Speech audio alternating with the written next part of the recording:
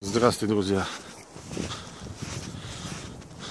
Сегодня я приехал в лес, в густой дремучий лес. Говорят, что тут на днях кого-то видели.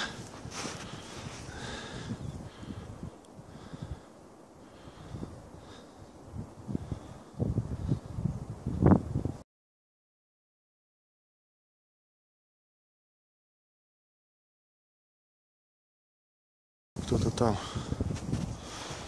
Я не знаю, кто, что это вы там видите или не видите, но там явно что-то есть.